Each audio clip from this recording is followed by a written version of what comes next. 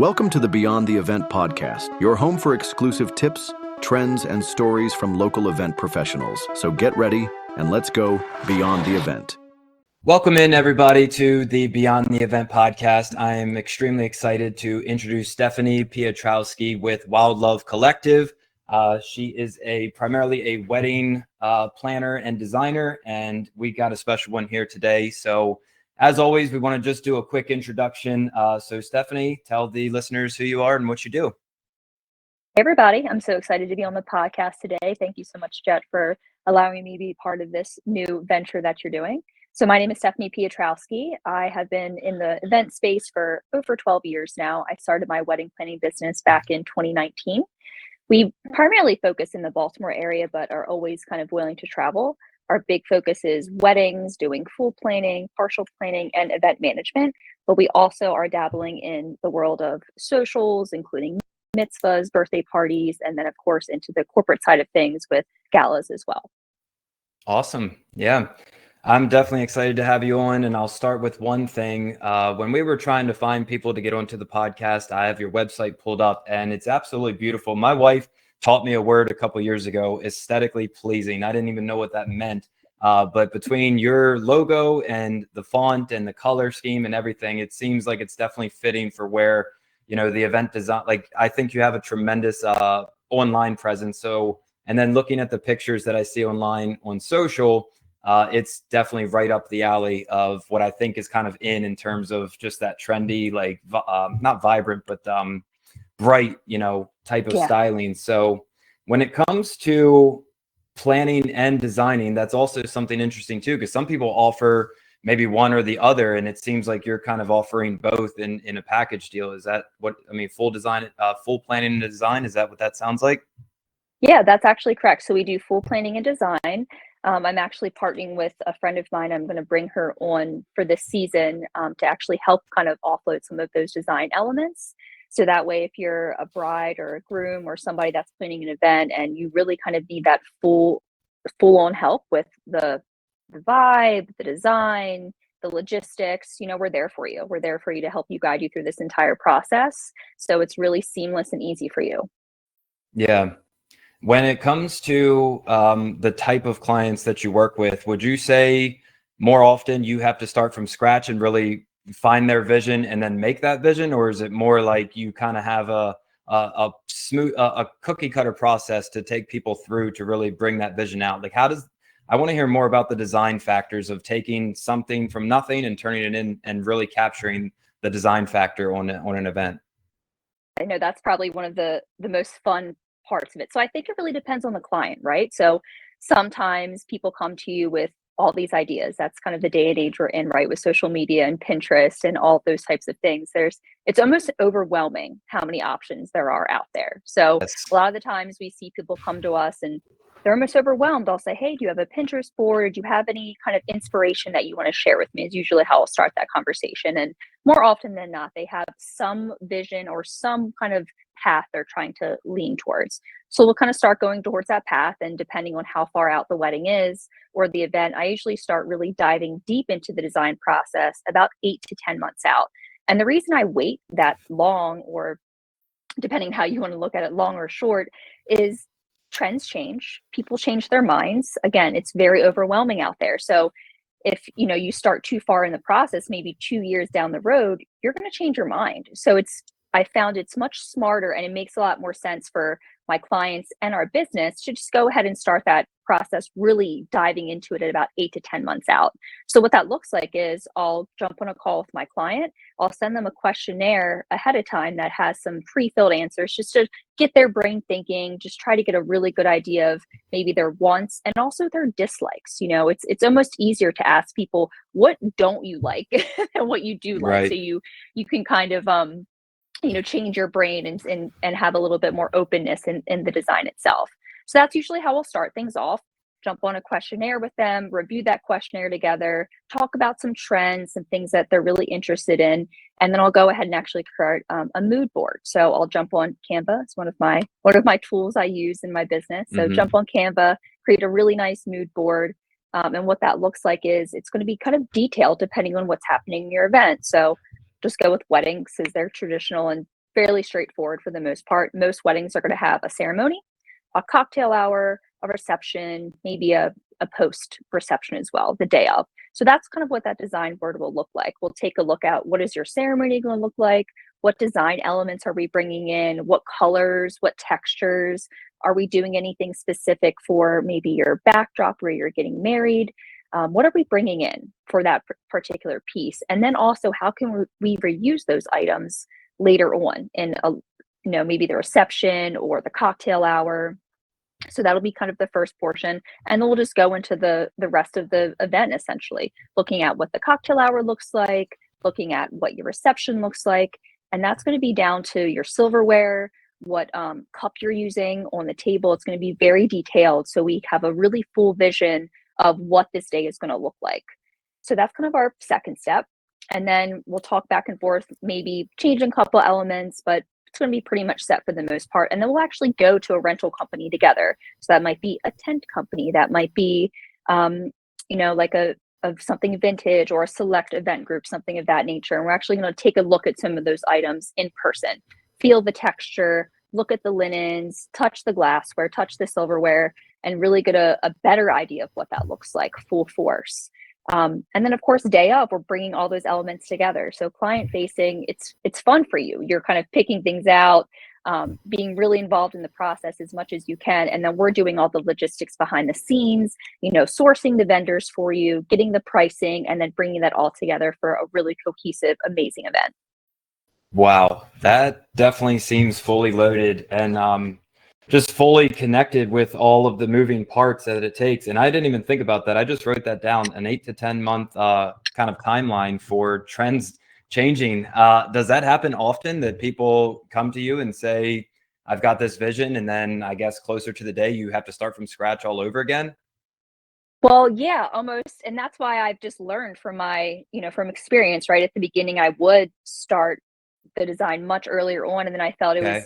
it was almost a waste of time on both ends, because we're pouring so much into this vision that 90% of the time we're going to change. And I actually got married myself in 2023, and I can speak from that. Even as someone that's been in the industry for over 10 years, when I got engaged, I was like, okay, I want to do this. And then it completely changed, like 100% changed down the Oh road, my 5 or 6 months down the road. So yeah, I definitely think that has really helped my clients and also helped myself. And I tell them that process ahead of time. I'm letting them, I say, hey, when you're booking with me, start looking at design, but we're really not going to dive into this till like 8 to 10 months out. And this is why. And giving them that educational piece of why is extremely helpful. And they're like, oh yeah, like just like you're like, you're right, that makes sense. Why would I do it any earlier? Right. Yeah. Now, with being in 12 years of doing this, is that something that you've seen being more common? Like, was it always like that all 12 years, or is it something that you see kind of the timeline just getting more narrow and more narrow because of how, I guess, social media and inspiration and mood boards and things like that?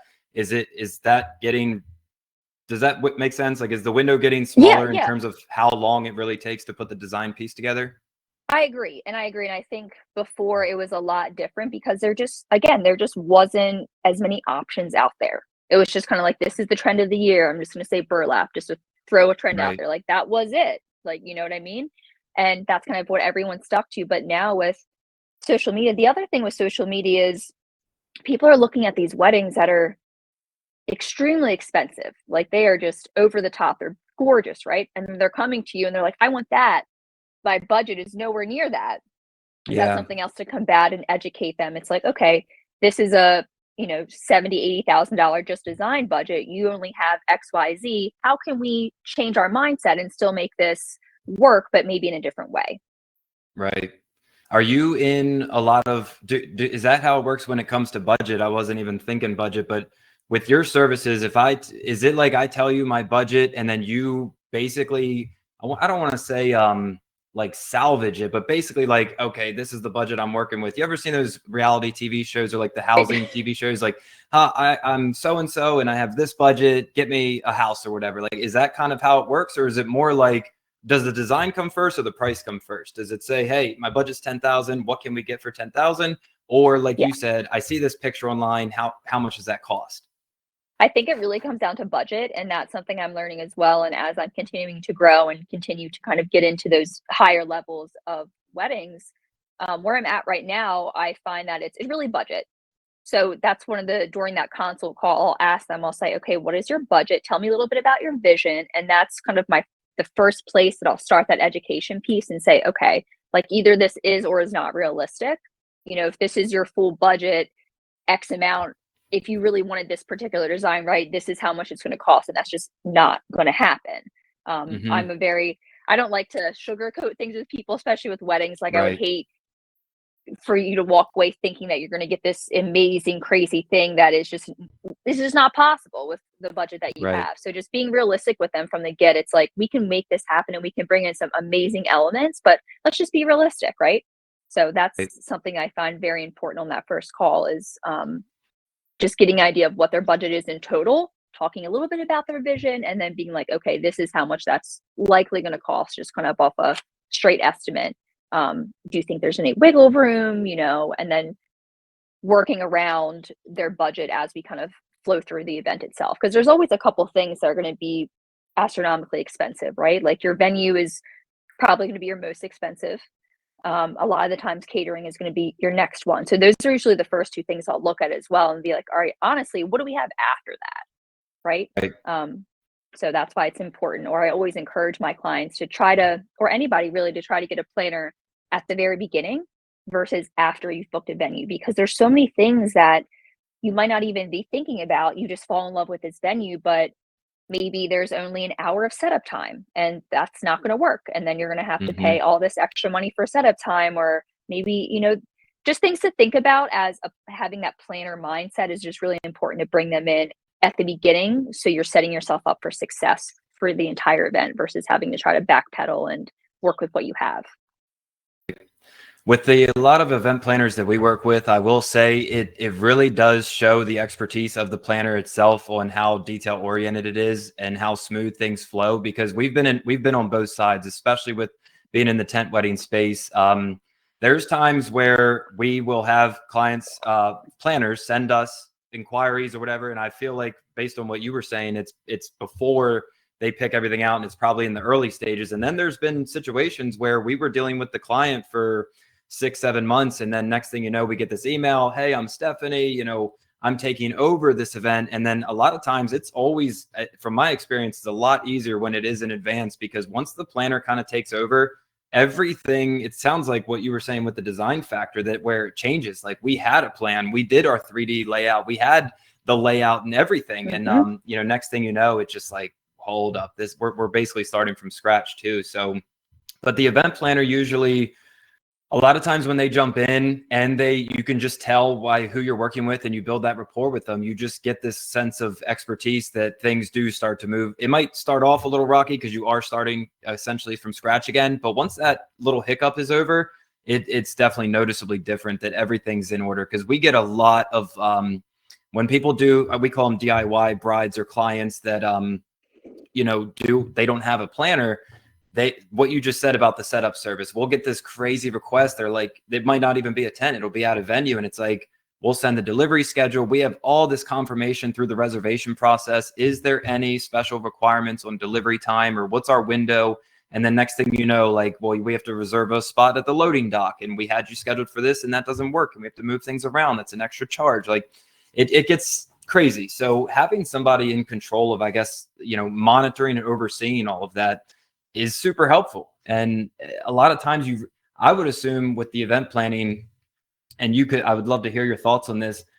I feel like a lot of people don't really understand how much is involved, so they try to take it on. And that's what maybe leads to a lot of the chaos, is because think about everything we do in life. That's the first time that we do it. You got to learn through those mistakes. So bringing somebody in with expertise, I just feel like a lot of the DIY group, which is a huge part of our you know, clientele and events that we work with. So that's why we have to do a little bit more work on our end to kind of educate them through the process.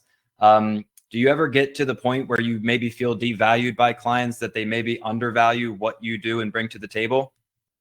100%. And I think that's an interesting, you know, some of the points you brought up are very much hit home, you know, like the DIY bride, we love them. no shame on them. But I find that is a lot of the time the situation. And that's honestly something I'm trying to kind of shift out of, because I find myself doing a lot more work than I feel is necessary, or I feel like it is I'm being paid for, to be quite frank, because they don't understand, like you just said, right?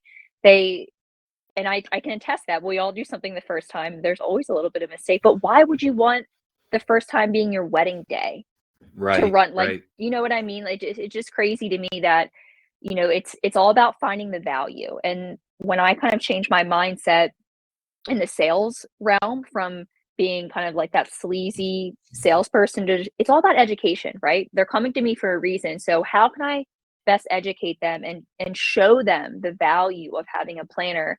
And then also I feel like, back to the DIY brides, a lot of time they just don't have the budget. So that's something to consider. Maybe there's another way.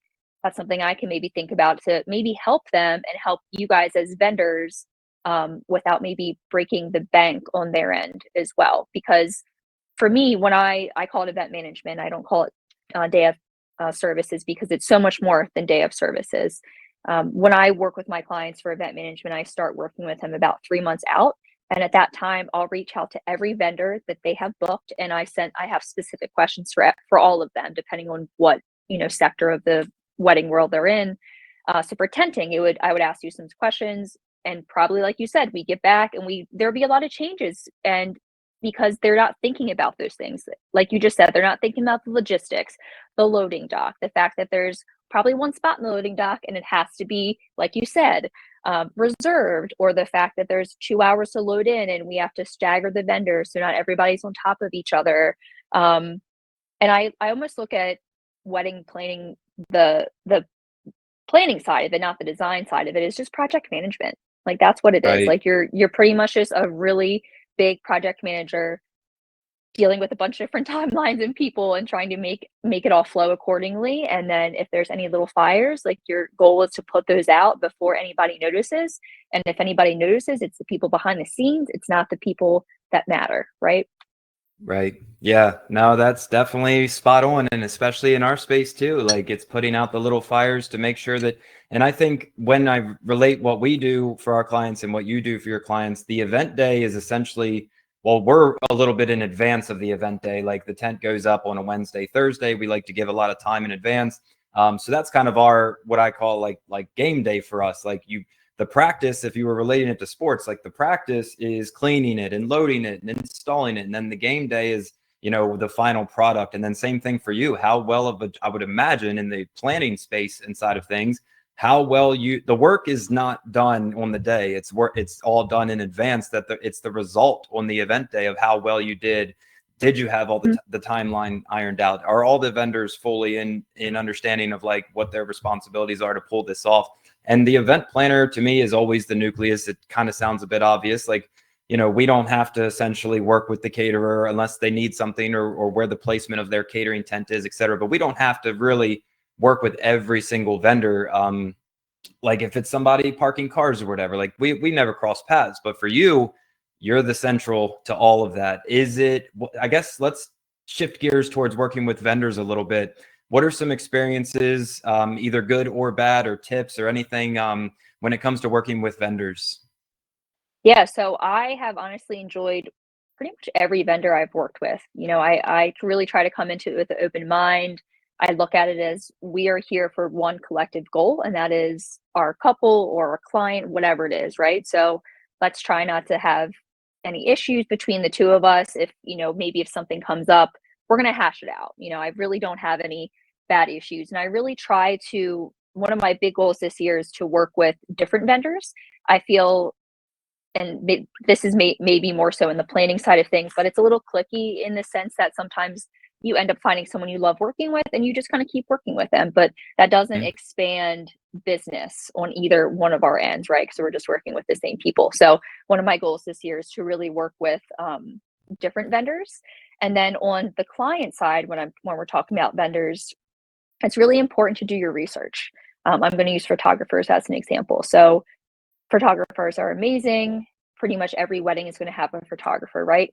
But maybe you are, as a client, maybe you're doing some research, but you're not really looking at their style. So that's something that really matters. So there's, moody styles, editorial, there's different styles of photographers. And you want to make sure that you're finding one that fits you versus finding a photographer that you like and then getting on a consult call with them and being like, oh, you do moody? Can you do editorial? They're going to be like, no, like clearly you Right. can see my portfolio is not that. So as a client, just doing your due diligence to really find those vendors that kind of fit your vibe. If you're doing this yourself, or if you have a planner, make sure that you get in touch with your planner, and they're more than likely going to give you vendor recommendations. And that's something I'll do as well. I'll work with my clients. I'll ask them some of those questions, like, what is your vibe? Do you like moody? Do you like editorial? Just to kind of get a good idea so I can recommend better fits for them versus just a list of people. I really want to make sure that I'm tailoring the recommendations to my clients that fit for them and that are actually going to make sense. And then for vendors itself on game day, just be happy to be there, right? I know a lot of the times for most of us, a lot of the work is done ahead of time, and sometimes it can feel a little like, oh my God, I've been working on this event for a year and a half and the day's finally here. Like, I'm ready for this to be Right. over. It can definitely feel that way, right? We've all been there, but I think just really trying to stay positive and just be a team and help each other out. I mean, I really dislike when I am at events and I see vendors say, that's not my job. Like, I get it. There's an extent to that, right? But if it's something really simple that's not going to cost you any money or, take any time away from you, why not just do that? Just help out your teammates, help out your crew. Again, we're all here for a collective group. So that's something that really frustrates me sometimes, is when vendors are just not willing to work with other vendors. They're like, I'm only here to do my job. I refuse to do anything else, like, at all. Very strict and just rude about it. Just be happy to be there. Right. Yeah, we experience it too. And again, a lot of ours is on the early stages of, putting everything together. But we've gotten, and I won't even say any names because it's not like, I will say, and I'm very blessed to say this, is the relationship that you have with the vendors is really important because of that factor. Like, whether it's your first time or your 80th time of working with somebody, you're exactly correct that the goal isn't about you. It's not about Wild Love Collective. It's not about Dreamers Event Rentals. It's about the client. It's about the event. So it's like, you definitely have to kind of, take yourself outside of your own shoes and focus on what really matters and remind yourself, because when the tent maybe got delivered in the wrong spot because so-and-so said it should go here, you show up and say it should have been there, just find a solution. That's at least how we've built our company around, is just solution driven.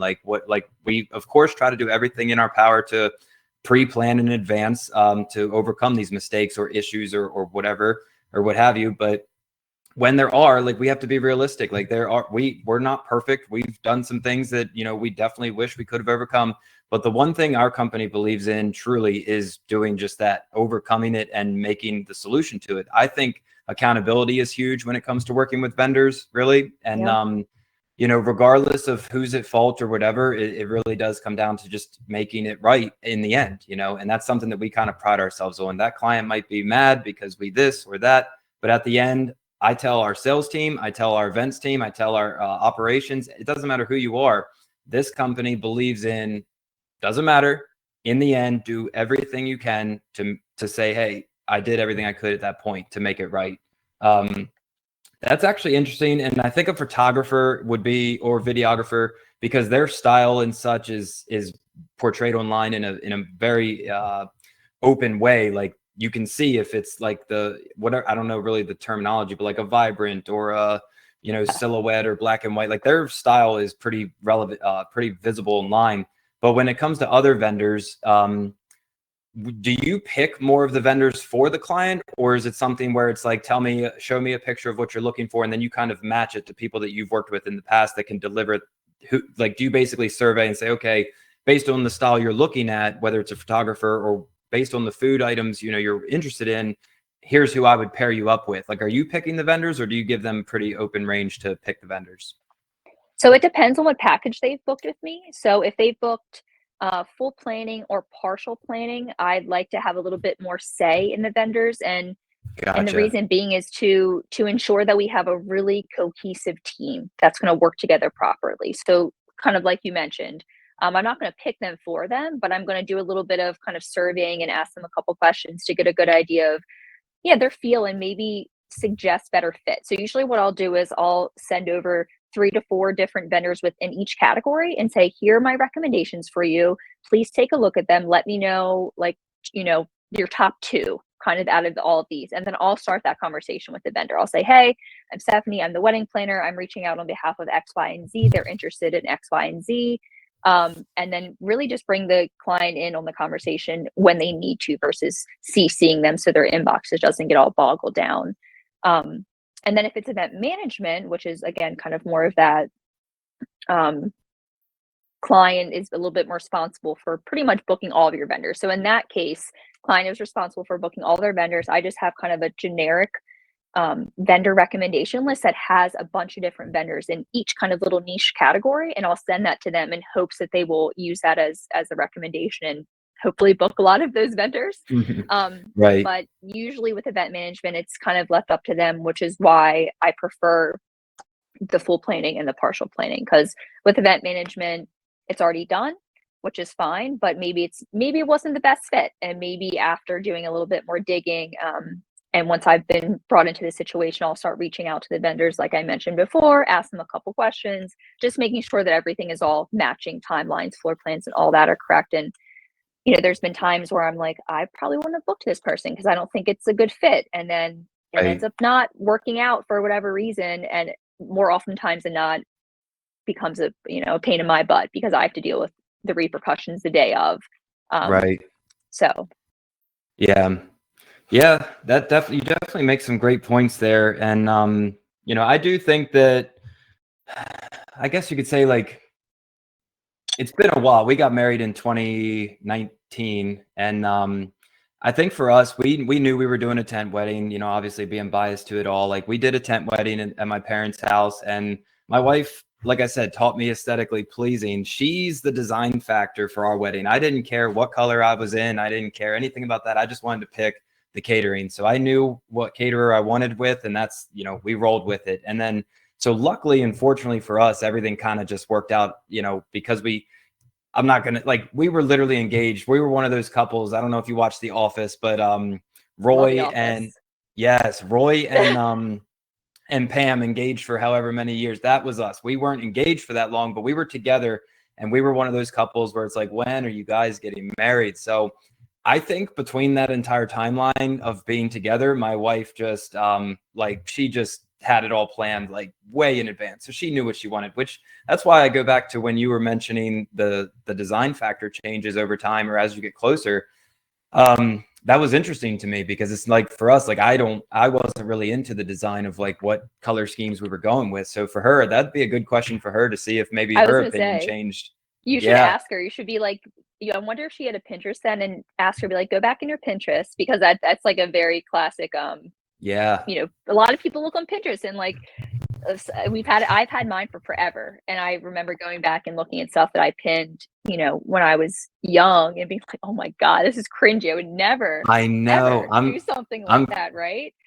I'm curious if she still has it. I don't know if I don't use Pinterest, but if they're public or live, I'm going to talk to her tonight and see if we can go back even now, like 2019 to now. Exactly. And just see like if we got married tomorrow, would it look like this? That's such an interesting factor. And it's interesting too, because, myself, it was similar to yourself. Me and my husband were together for 9 years before we got married. So we were together for a long time. And even being in the industry, I knew that I did not want a traditional wedding. And that's something that I love about my clients too, is they're a little non-traditional, I like doing stuff that's out of the box. That's not your traditional wedding kind of style. Like I like making my weddings geared towards the client and what they like and what they want to do and what their goals are for the day. So for us, we actually eloped on top of a mountain in West Virginia. We eloped on top of Weaverton Cliffs, like in October, which was crazy because, as you know, middle of the busiest season of the world. But we got married in October on top of a mountain, and then had a party a couple days later at Gunther & Co. in Baltimore, which is a restaurant. Have you heard of it before? Mm-mm. It's a great spot. You should go check it out. But it was really nice. I left everything the way it was. the only thing I brought into the restaurant was flowers for the tables and, a couple little photos and stuff. But I made it very much a party. I wanted people to come and just have a good time. There was no seating chart. There was no sit down dinner. It was just past food and appetizers the whole time. And for us, one of the most important things was food and service. Being in the industry for such a long time, that was something I knew I wanted to make a really big priority. And it was, people talk about the food and how amazing it was to this day. And it was, a couple years ago. So I'm excited about what we did. And I enjoy doing, something different. That's a little out of the box. Right. Yeah. Now, if I got married not in 2019 and forward focus, I think my belief on what the day is all about would definitely still stay the same. I wanted to make sure that whether it was me or the guests that almost didn't make the list, it didn't matter who you were. If you were at our wedding, I just wanted smiles. It's all you really want in the end, is you just want it to be a really good time. Speaking of trends, I do love talking and hearing, from different vendors, what their trends shifting towards is there is I guess you could say pop culture, online trends that people can, if Kim Kardashian, it's like the Mean Girls. If Kim Kardashian wore a pink hat, everyone's going to start wearing a pink hat because it's trendy, because of influence. When it comes to trends with your clients, is it more social driven, or is it more, how do you stay rooted to what they want versus just following in line with what the colors of the year are, or what so-and-so magazine said? Is it more about them, or is it more about what's in, I guess? I like to make it more about them. And the reason being is I would hate for someone to go back and look at their wedding and be like, this is cringy. I would never do this design. I always try to encourage people, let's try to do something kind of timeless and classic in some realm, but we can bring in some of those really fun elements, right? We can bring in some of those trendy things, but let's not do this whole total trend wedding, because in 2 years, probably you're going to look back and not be happy with your photos and kind of the vibe you went. So always, again, educating people on what's right now. A huge trend that I'm seeing a lot is drape. And this is kind of funny. My husband laughs that I always say this, but my grandma always said to me, trends and styles come back around. And she's right. They do. Yeah. So right now what's in is draping everything, and draping the walls, draping the tables, just doing this crazy drape situation, which is really, really expensive. Drape is not cheap. And to install drape is also not cheap. Right. So again, that's just one of those things where if that was a situation, I would probably educate my client. We could do one really cool drape table, or a cool, really cool drape wall, or something of that nature. But again, let's try to rein it in and think about what this is going to look like in 5 to 10 years. And are you going to be happy with this? And if they say yes, then okay, we're going to go with it. But I always try to educate them and push them to something a little bit more time, in classic, with little pops of the trend. Right. When it comes to the design, and when you say draping, we do, I would say, light draping. We'll drape our tents. We have side pole covers and drapes of that nature. But I have seen what you're talking about, the full on drapery. Is that something, when you say in an event design when you offer event design, is that something that you're doing, or are you outsourcing to either a tent rental company or even more so a drape company? So we'd be outsourcing that. So we would probably there's no way that I could do that and still do everything else. A lot of the times it's going to be a drape company or maybe a production company. It really just depends on what their needs are. If this is a higher budget wedding where they have some extra funds to do maybe some soft seating, some lighting, some additional elements, we maybe go with a different company. So I think it really just depends on what specifically they're doing, and then figuring out the best vendor fit for that particular person. Right. Yeah, we've kind of expanded, which I'm really proud of. When you think about design and being able to offer, it's not really about a better product, because I've always been a firm believer that as long as contingent upon this, as long as you've been in for a couple of years and you're not just maybe a startup company. Everybody has to start somewhere. We've been a startup. Everyone's been a startup. And when it comes to the quality of the tent, we buy from top manufacturers, just you mentioned Select and all those other companies. We all buy pretty much the same products. So for us, something we focus on is really the experience factor. We we implemented, I want to say this will be our second, maybe third year where we do live order tracking, because we knew that it's super important. When are you going to show, like the timeline of when we're showing up? So we do live order tracking, so-and-so from Dreamers Event Rentals, you get a text message, it is on the way, and you can click the map and see where they're at, and they'll be there, so we've done that for one. For two, we're implementing, and it's behind me, I don't know if we can see it, is virtual reality. We're actually trying to, we've always made the 3D layouts online, and a lot of software companies are starting to like make it more accessible and ease of use. So like maybe in the near future, we're going to be able to see clients, go online. It used to be, I guess, some of those 2D dimensional wedding planning softwares online. Now I know 3D is kind of making its thing. We're trying to stay ahead of the curve and go to virtual reality. I've done it. We haven't posted much about it, but like you can literally put a headset on and be in the event that we created in 3D. So we're trying to, we're trying to expand our ability to create a better planning side of experience, which leads to the big day. And what I was getting at in terms of how you can offer a better experience, there was a time when I talk about a startup company, there was a time, many years ago, 8-10 years ago, where we really only had two options. You were either getting a frame tent or a pole tent, and they were both white. We didn't have clear, we didn't have sailcloth, we didn't have anything really. And, we just made sure that we mastered that, and we were able to provide a great product, under that tent. And then now being able to offer different styles, it just allows more opportunity for the client, for somebody like yourself to come in and design that. Because once we put up a clear top, and last year in November, we did a fully lit, like those starlight string lightings, not just ceiling lights. I'm talking like the full, every like 5 feet or 3 feet, there was a strand, and it was like this starlight miracle, underneath the tent. And it was beautiful. We didn't have access to that. So I think it's really important to kind of know what your options are up front as well when you're dealing with these vendors. Because if you have a client that wants that specific look, your job, I should say, is like, how the heck can I, who can help me here? And that team factor of vendor work is so important.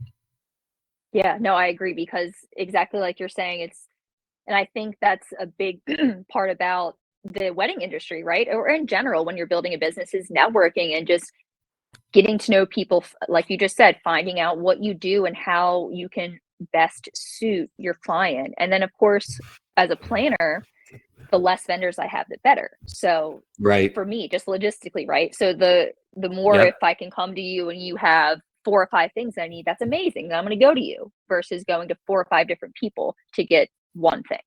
So yeah, it's been a challenge for us.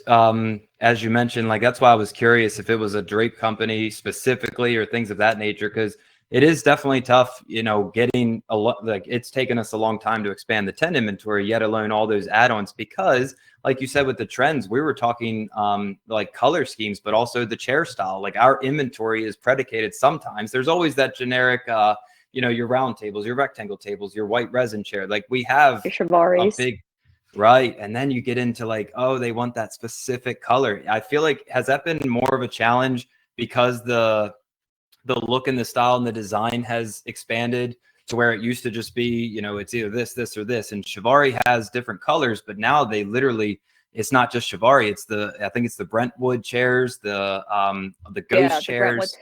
For sure. And I think that it's interesting that you say that about the inventory. So I previously was working for a design and production company, and we had similar struggles in the sense that or in a different sense, we had so much stuff. Like, we could do everything but tenting, catering, and floral. So we literally had this huge warehouse that had chairs, furniture, a wood shop. We could make anything for you as well, custom. So it was interesting. It was a hard sell to people, because it was like, well, what do you offer? It's like, well, we offer everything. It's like, that's kind of, it's a little broad, right? So I would find myself a lot of the times creating specific designs for people, and then having to outsource maybe those chairs, like, just as an example, because chairs are something that have become really popular, and there are a lot of different types. So if I couldn't find the specific one I was looking through from, all of our classic vendors, then I'm going to have to kind of go outsource that. And that would potentially be something that we would just buy and keep in inventory, and then hope to resell or, reuse again. So Right. I get that. It's interesting, and it's hard to kind of figure out what inventory to buy that's going to be relevant. That's not just going to be sitting there and not used almost. But maybe it's a situation where because I know something we would do is we would maybe outsource it and then still put it on our um, contract. Right. We would still bring the Got you. item, but that we weren't keeping it in house. Right. Yeah. Well, this has absolutely been lovely. I'm watching the time here. I think I could literally do an entire part two to this because I literally have so many other questions. If you want to, But I let me do know. want to wrap it. Yeah, I want to do the wrapping up a little bit on just because of time's sake. But yeah, we're gonna have to Yep. connect again because it's so much fun talking with you. And before we wrap it up, though, I will end with one more final question. Sure. We were talking earlier before we started recording that Wild Love Collective is more basically primarily the wedding side, but you mentioned not only just that, but corporate and social events and really focusing on the gala side of events. For one, what's the difference? You've been doing weddings for 12 years with Wild Love Collective, but the corporate side of things, and it just sounds like you have, I guess, a more diverse set of things that you can offer where it's not just so one dimensional on weddings. How's your experience been, and what are the differences going from a high end or low end or whatever type of wedding to dealing with maybe large corporations and social events? What are the differences?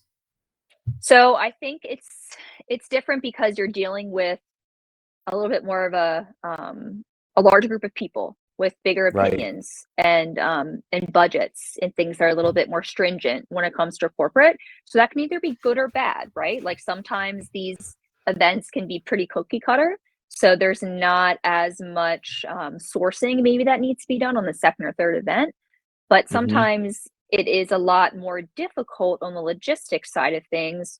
For example, you had mentioned earlier the loading dock, right? So if I'm doing a corporate event that's maybe at a secured building, I'm going to need several more hours to load in. I'm going to have to look at kind of what that load in process looks like. Where are my vendors going to be parking? What time can they load in? What does the elevator look like? Is there one elevator? Right? Like all of those factors are really matter. So it's just a different beast almost in the corporate side. But galas are really fun, and they're almost just like a big giant party. So I love Right. those. I also kind of love the small ones as well. Yeah. And in terms of corporate clients, is this more like Baltimore Ravens or like, big car dealerships? Like when we say social events and corporate events, how big are we talking that you've really been a part of and experienced? So I've done a lot of like nonprofit galas when I was in the catering space. So let's say like Mount Washington Pediatrics, I believe we had done a big gala for them. So kind of in that realm of the world.